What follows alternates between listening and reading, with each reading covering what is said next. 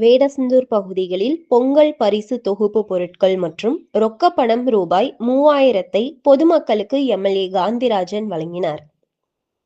தமிழ்நாடு அரசு அறிவித்தபடி தமிழ்நாடு மக்களுக்கு பொங்கல் பரிசு பொருட்கள் தொகுப்புடன் ரொக்க பணம் ரூபாய் 3000 இன்று சென்னையில் முதல்வர் மு.க. ஸ்டாலின் பொதுமக்களுக்கு வழங்கி துவங்கி வைத்தார்.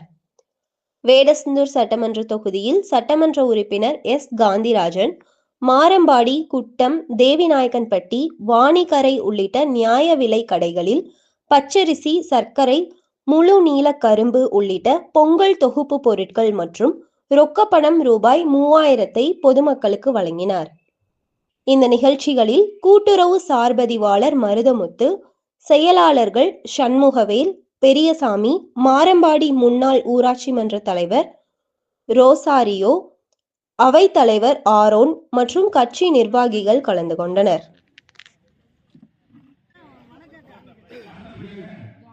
இங்க பாருங்க வாங்கிட்டு அடுத்து வாங்க அப்படியே எல்லாம் பாருங்க.